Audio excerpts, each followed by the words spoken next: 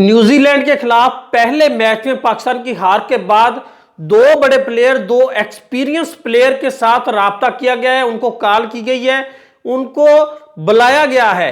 ये कौन से दो प्लेयर हैं, ये किन की रिप्लेसमेंट है, इनको क्यों बुलाया गया, ये तमाम डिस्कशन करने जा रहे हैं इस वीडियो में। बात कर लें सबसे पहले ओपनिंग जोड़ी के हवाले से, फखर जमान और बाबर आजम के हवाले से। तो बाबर आजम से परफॉर्म नहीं हुआ, लेकिन देखें साउथ अफ्रीका में बाबर आजम परफॉर्म करते रहे हैं as a opener. Abdullah Shafique को ओपनिंग थे, लेकिन वो तीनों मैचेस में 0 पे आउट हुए, पहले ओवर में, दूसरे ओवर में, 4-5 बॉल के बाद। उसके बाद बाबर आजम आ जाते थे और Babar Azam as a opener ही थे। अब्दुल्ला शफीक जब तीनों मैचेस में 0 पे आउट हुए तो Babar Azam as a opener ही आकर ही खेल रहे थे। उन्होंने 50 स्कोर भी की थी, अच्छे रन किए थे।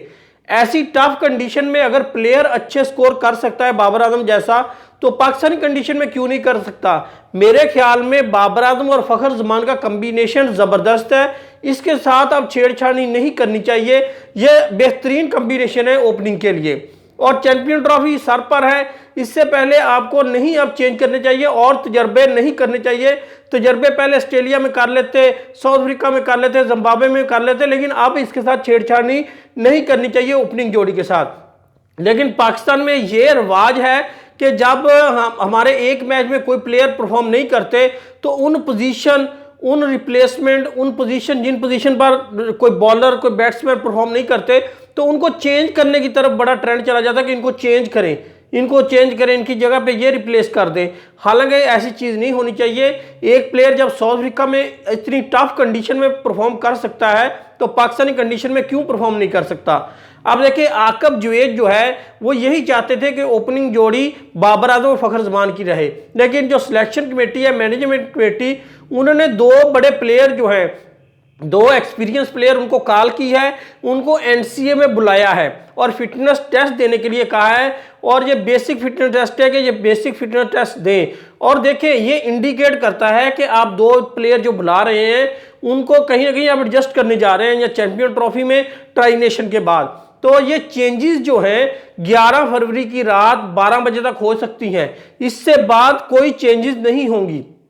इसके बाद अगर चेंजेस होंगी तो कोई उसकी चेंजेस होंगी जो अनफिट हो जाए, जिसका कोई जेन्युइन मसला बन जाए। लेकिन 11 फरवरी रात 12 बजे तक कोई भी टीम अपना प्लेयर किसी वजह बताए बगैर आईसीसी को चेंज कर सकती है आईसीसी चैंपियन ट्रॉफी के स्क्वाड में। तो इसलिए पाकिस्तान के पास टाइम जो है आगे 24-48 घंटे हैं। अब दूसरा मैच जो है 12 फरवरी को है, 11 फरवरी को मैच, 12 फरवरी को मैच है, 11 फरवरी तक रात 12 बजे तक टाइम है। तो पाकिस्तान अब दूसरा मैच भी टेस्ट करने की तरफ नहीं जा रहा है, उससे पहले ही फैसला करने जा रहा है। दो प्लेयर जो बुलाए गए हैं वो ओपनर प्लेयर हैं और बहुत एक्सपीरियंस खिलाड़ी हैं। सबसे पहले बात कर लें, पहला प्लेयर जो है वो है इमामुल हक। इमामुल हक की जो परफॉर्मेंसेज है पाकिस्तान के लिए, सर्विसेज है, वो ज़बरदस्त है। ऑस्ट्रेलिया पाकिस्तान आई हुई थी, यहाँ पर 3 मैचेस की सीरीज थी वनडे, तो इमामुल हक के 292, 294 इस तरह के स्कोर थे, हाईएस्ट स्कोर थे सीरीज में, यानी कि 2 से ज़्यादा सेंचुरी स्कोर की हुई थी इन्होंने। 2 सेंचुरी थी, एक 50 स्कोर थी ऑस्ट्रेलिया जैसी टीम के खिलाफ। और जो 9 सेंचुरियां इमामुल हक की हैं वो ऐसी जिम्बाब्वे के खिलाफ नहीं है या बांग्लादेश के खिलाफ नहीं है, बड़ी बड़ी टीमों के खिलाफ है। और जो उनका एवरेज है वो 48 रन का है, इसलिए इमामुल हक को सिलेक्ट किया जा सकता है। अब इमामुल हक को फिटनेस टेस्ट के लिए बुलाया गया है, एनसीए में भी आकर भी जो फिटनेस टेस्ट है बेसिक वो दें। अब इमामुल हक का मसला ये है कि वेस्ट इंडीज के खिलाफ उनको सिलेक्ट किया गया, जब कैंप में वो प्रैक्टिस कर रहे थे तो उनसे प्रैक्टिस भी ठीक नहीं हो रही थी। जो आकब जो है उनके तहफ़्फ़ुज़ात नहीं थे इस चीज़ को लेकर, और दूसरी तरफ उनकी जो फिटनेस है, उनका वेट बढ़ा हुआ था, पेट बढ़ा हुआ था, तो आकब जो है तो इस चीज़ को नापसंद करते थे। तो उन्होंने कहा था कि ये इनकी फिटनेस नहीं है। तीसरी बात ये कि वो कैंप को 1-2 बार छोड़कर भी चले गए बगैर किसी को बताए हुए, बगैर किसी को मैसेज कन्वे किए हुए, अपने कोच को, अपने फिटनेस टेस्टर को जो फिटनेस करवाते हैं, जो वहाँ पर रिहर्सल करवाते हैं, तो उनको बताए बगैर जो है अपने पर्सनल काम के लिए छोड़कर चले गए। ये 3 मसले मसाइल थे। इसी वजह से वेस्ट इंडीज़ के लास्ट मैच में उनको चांस देना था, लेकिन उनको चांस नहीं दिया गया आकब जुवेद के कहने पर।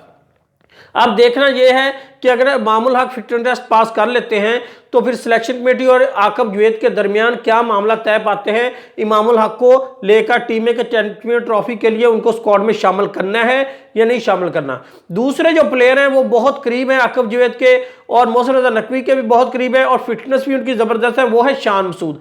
शान मसूद की फिटनेस के तो जबरदस्त है और उन्होंने जब भी फिटनेस टेस्ट दिया है उनके स्कोर हाई रहे हैं सबसे ज्यादा।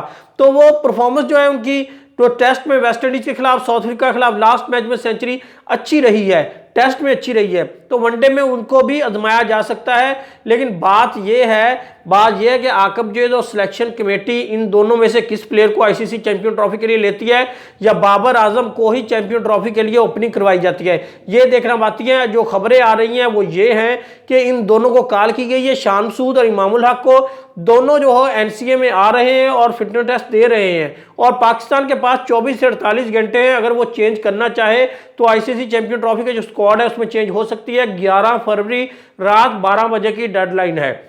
आप अपनी राय कमेंट बॉक्स में दे सकते हैं। अगर आपको हमारी इन्फॉर्मेशन अच्छी लगी तो हमारे चैनल को सब्सक्राइब कर दें ताकि आने वाली वीडियोस आप तक पहुंच रहे। Thanks for watching.